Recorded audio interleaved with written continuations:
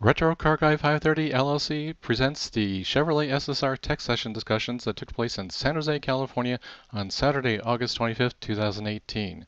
The main presenter for this Tech Session discussion was Dick Belleville, also known as Dictator on the SSRfanatic.com website. All opinions expressed in this video are made by the person that makes them, and they are not necessarily the opinions of Retro Car Guy 530 LLC. In this video's description below the video, you'll find that there are links to the various topics within this video, and there will also be a link to Dick Belleville's Microsoft OneDrive Chevy SSR Tech Library, a wealth of information that you should check out if you're an SSR owner. You are advised to review all documentation supplied with any part obtained for your vehicle. Make sure you clearly understand the installation instructions and follow them carefully. Please review the automotive information, repair, and modification guidelines on this screen. Seek the advice of a repair professional if you're unsure how to perform any repair or modification safely and correctly. All repairs and modifications are performed at your own risk.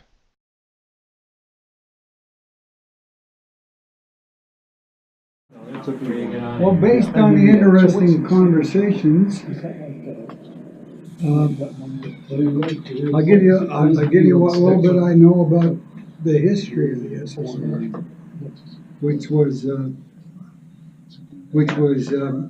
Wagoner's idea. GM wanted to commemorate the 1950 Chevrolet pickup truck. That's why you got the deep drop fenders and the running boards.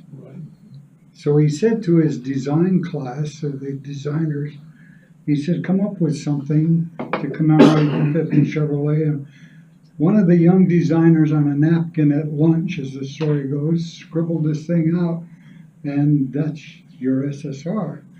Then to get it into production was a whole different situation. Now your Prowlers and the other cars that are specialty, they have proprietary parts. We don't. You own the first car that was designed by Computer CAD.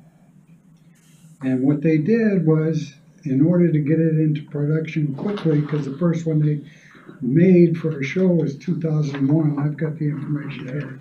I'm not going to look. I think it's 2001, whatever. 2000 Auto Show. 2000. I'm sorry? 2000 Auto Show. Detroit Auto Show. Yeah, That's where I saw that's it right. first. Yeah. So they wanted to get that thing out. So what they did is they used the Trailblazer XL for extra large, long frame. Sent it down to Bowling Green to the Corvette shop. Shortened it 13 inches. Let me see. They want to use the extra long and then shorten. Okay. Shortened it 13 inches. The reason they shortened it is because of the drive shaft. So then they started it. So you got the first car that was designed by computer. So they started what will fit, and they would pull it onto their screen. So they're taking stuff that's already in production and putting it into the SSR. So you got a Corvette drivetrain. What is it? The L460 transmission. 65 is the number in the 0506 because they changed everything. So then, so you've got Cadillac sun visors, Alfa Romeo cooling system, Volkswagen Audi coin tray cup holder, C5 mirrors on the outside, C5, these C5 is the Corvette, on the rear where your backup lights are, a piece of junk Volkswagen fan in front of the radiator, and your bed release was made by Briggs & Stratton in California. Just to give you an idea that your car is made up of a lot of different parts that are already off the shelf. For example, the ABS brake system is also used in Ford and Isuzu. So, you know, they took all these parts off and did that. Now, outside of that, the deep drop fenders are one of a kind. I mean, you can't get those everywhere. They don't fit on anything else. The seats, Bill Davis, when he went to one of our yearly, we have a Florida chapter yearly event. Bill Davis was the design engineer for the SSR before he retired. The seats are copyrighted seats. They can't be used in any other car. I'm talking about production. So those seats are one-of-a-kind seats. And it's on the rollover, which we were talking about earlier, where they cut off the hoops in the back. With the hoops on it, the government rates it at 1 to 10 on rollover safety, if you will. We have a 9. So when you cut off the hoops and put the top down, you got a 0. So your head stops the pavement. So I've got such a big head that we'll never get to the hoops. yeah, good. So that now the roof, they signed a contract with American Sunroof Corporation to build 15,000 trucks a year. That was with Chevrolet. Well, they only built 24,180 trucks. I mean, they built a few other specialty ones, but basically 1 to 24,180. Your VIN number is the first vehicle that has sequential VIN numbers. You have a very, very unique vehicle as far as a collector vehicle goes, because it doesn't matter what year it is. Starting from 1 to 24,180, they're all in sequence. So your VIN number on your door, down on the bottom, there's a little white tag, and up in the right-hand corner, it tells you the month and the year it was built.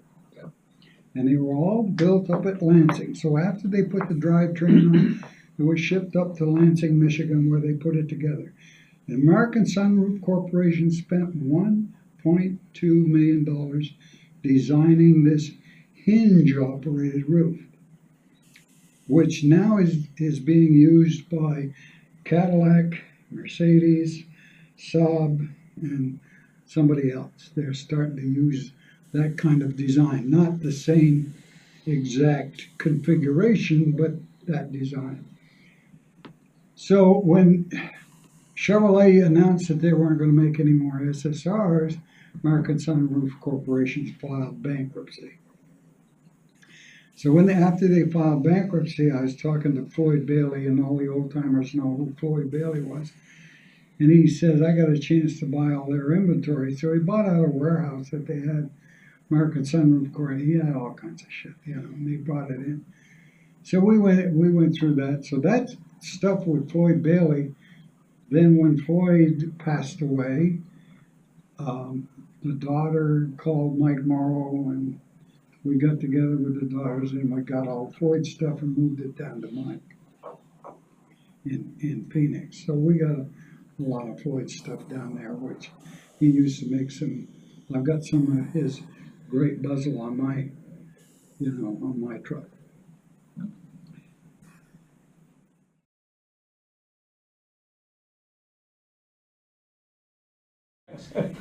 Then the next thing I recommend is the shift cable kit, because the shift cable falls off, and I discovered that when Jeff Fanatic called me, and he said nothing, So that's how the shift cable came about, because the shift cable is 3 inches away from an 1800-degree catalytic converter, and that little that holds it on the pin just crumbles wait a up. minute. Yeah, what the hell? Crumbles and falls off. Yeah, that's a misnomer though, because it does have a hole in it. Yeah. So anyway, that's for the automatic. yeah. Yeah. Can I say something about that? Well, just Go ahead. and if Yeah. what did you want to say? Well, I was going to say a new member here a couple of months ago called me. She was down south of here by me. Her shifter was doing nothing.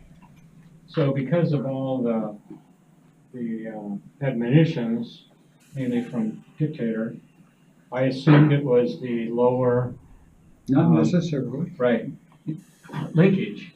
So I swapped that out and I get in it, and it was like back and forth, not connected to anything. So The upper one. right, and I had actually resisted taking the console cover off because the console cover on my truck does not want to let go. But I finally relented, and hers came off, right?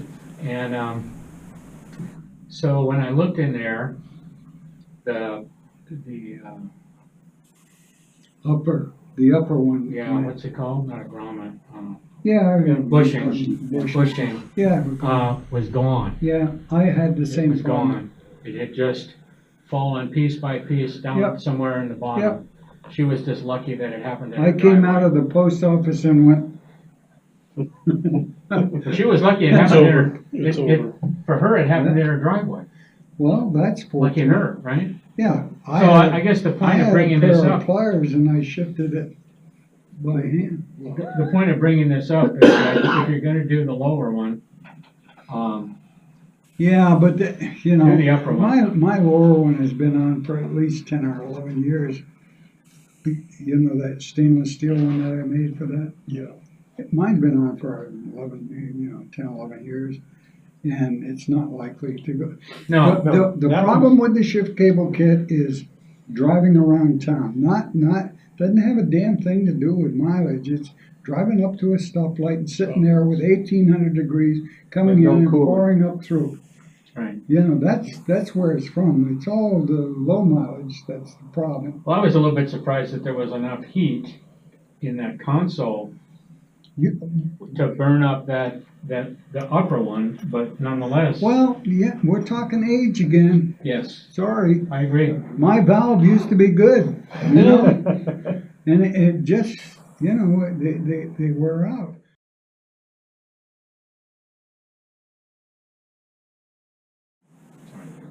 And if you got a 6-speed, bless you, my son, because they put a V6 Camaro Leisure clutch in the 6-liter 6-speed manuals, and it just won't take the weight and the torque of 400 horsepower.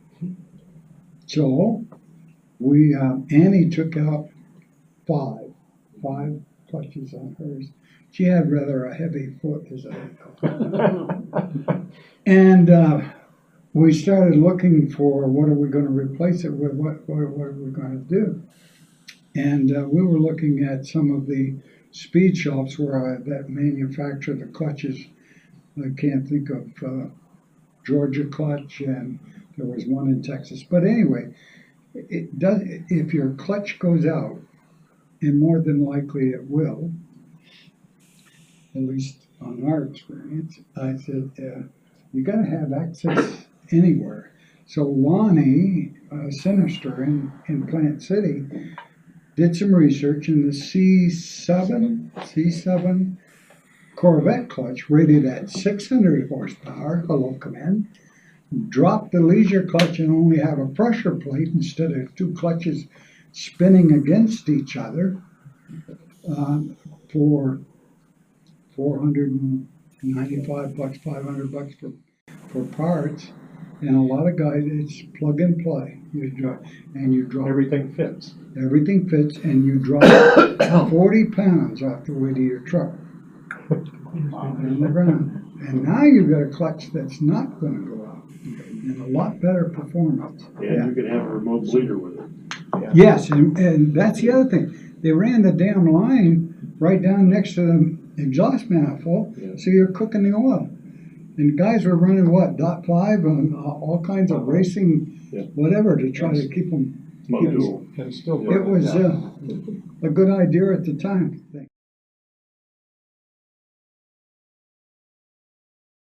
And then with the cooling system, which is another one of their Subpar. problems. The problem with the overheating was not from design, it was from EPA, who gave them a regulation to meet emissions. So in order to accomplish that, they had the fan on low speed come on at 220 and a high speed at 235, whatever it was. And you can't sit at a traffic light, particularly in Florida, with your AC on and have that cool. It just won't do it. Then you got a Volkswagen fan, excuse me, that they used square brushes on. They got not a round tube, but a square tube, and they got 3. And the spring is supposed to push this square bushing down onto the armature of the fan. Well, it don't do that. So we carry a little stick or a hammer with you, and you get out and bang it so that the brush. I'm serious. Yeah, I'm serious. And you beat it with a stick, and the brushes will drop down, and all this black carbon will drop on the ground, and it'll start running again. So Mike came up with a USA-made fan, pulls 30% more air, but the most important is you got to take it to a Corvette speed shop, Joe Delano or Jeremy, and have the damn thing tuned, because the dealer cannot change those settings legally. Right. Okay. So your thermostat comes on at 187. And somebody said, oh, well, I'm going to put in, in the old days, we used to take the thermostat out and throw it away. Can't do that no more. You got to have certain temperatures and pressure for your system to work at all. Your computer won't even come on. 187 degrees on your thermostat. If you don't have that, it doesn't do your air-fuel mixture. The computer goes, no, we're not at the right temperature. So when Joe Delano or Jeremy tunes it, they set the fan to come on at 191, 192, high speed at 210, and you won't have a problem. But the dealer, don't blame the dealer. In this case, I'm going to defend them. It's the regulation they have to go by. They just can't legally change it. I'll tell you something about The that. computer won't tell on you for doing that. That's right. If you change the thermostat, you change that temperature, the computer will tell on you, Yeah, and you won't pass smog. and it won't work. Well, Well, we don't have any inspections. but for it, We do. we invented it. Yeah, I know. It's gonna be You're 2 welcome. times a year pretty Yeah, can I soon. change?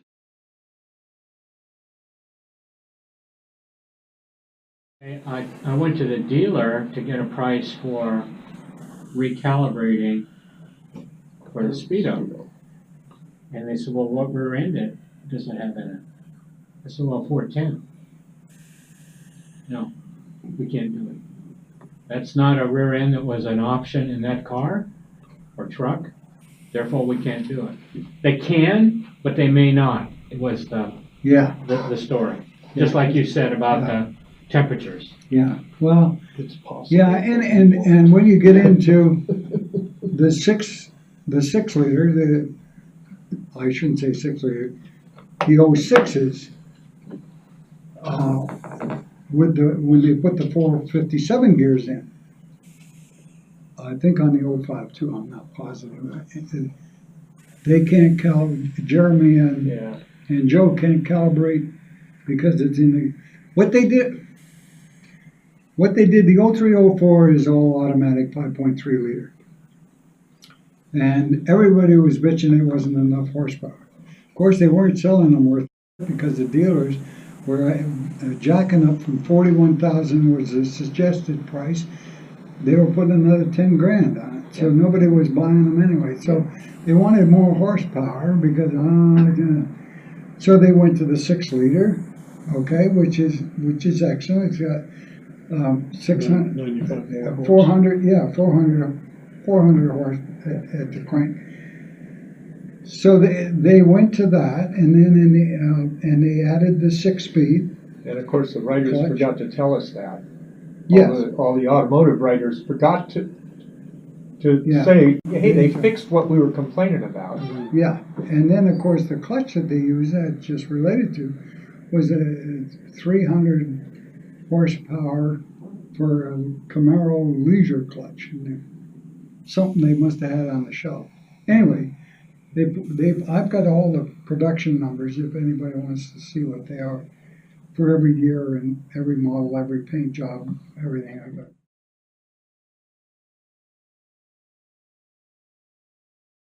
So we just went through some of these things that go bad on the SSR. the notorious door for inside-outside air, flop valve.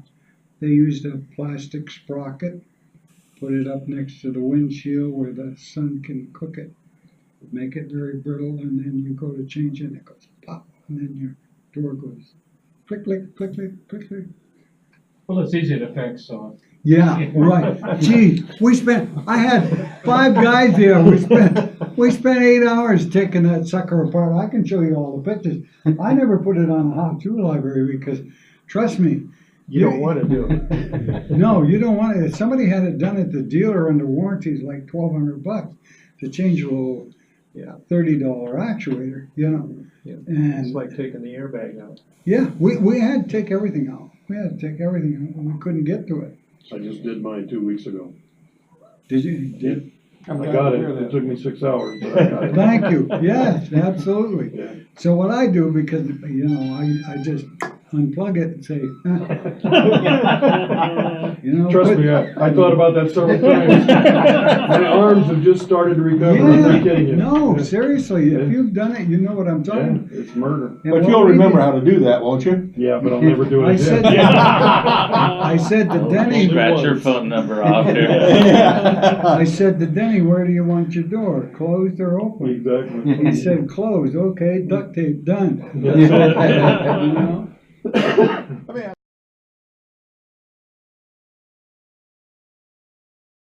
you a question about the stabilizers. I took mine down to Mike and put the plate under the engine and put the bar in Big the back. difference.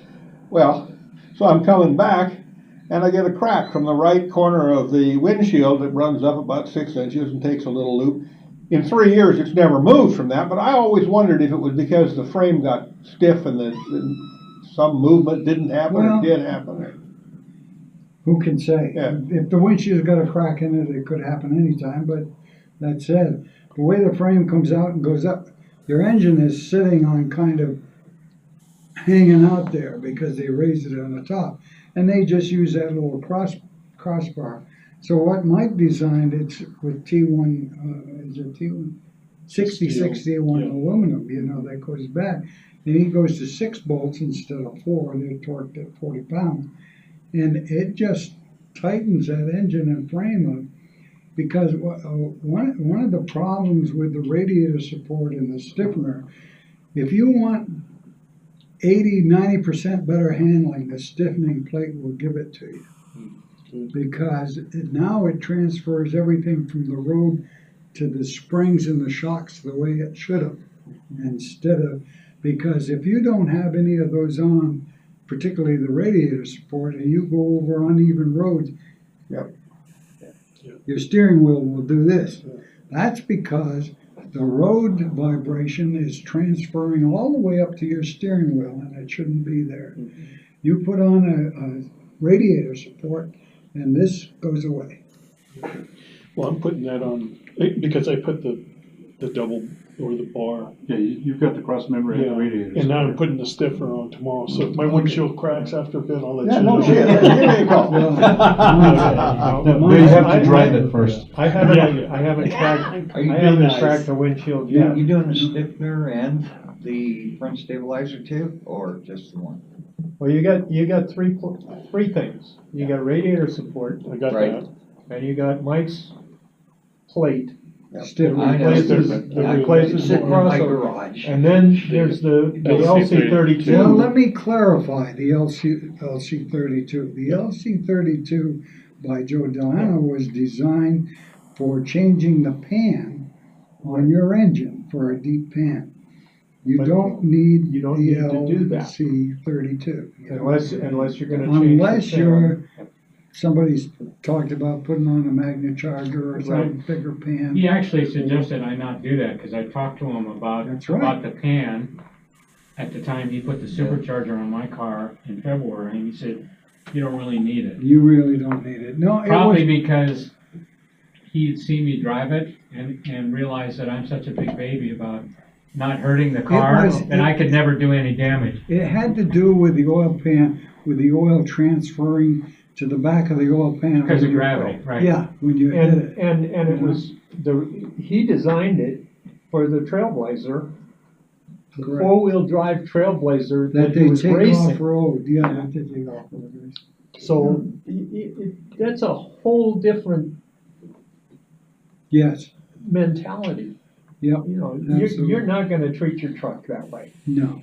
What oil pan are we talking about? Well, they put in a deeper oil pan, a big oil, it holds more oil. Another Yeah. quart. It's gonna come Yeah. down. But when you put No. on a bigger pan, you gotta get rid of that cross member that's on the frame because you can't get to it. So he designed, it's an excellent product. I mean, and it's beneficial. Top spin. But the difference between putting on an LC32 for handling is 20% versus the stiffening plate at 90%.